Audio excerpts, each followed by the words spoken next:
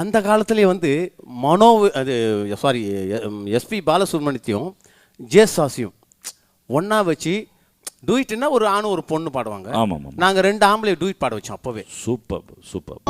என் காதலி யார் சொல்லவா, என் காதலி யார் சொல்லவா, இசை என்னும் நலலாலனா ராகதாளங்களில் நல்ல பாவங்களில் நான் கொண்டாடும் கண்ணல்லவா. என் காதலி யார் சொல்லவா, பெண்ணல்லவா ராகதாளங்களில் நல்ல பாவங்களில் நான் கொண்டாடும் கண்ணல்லவா.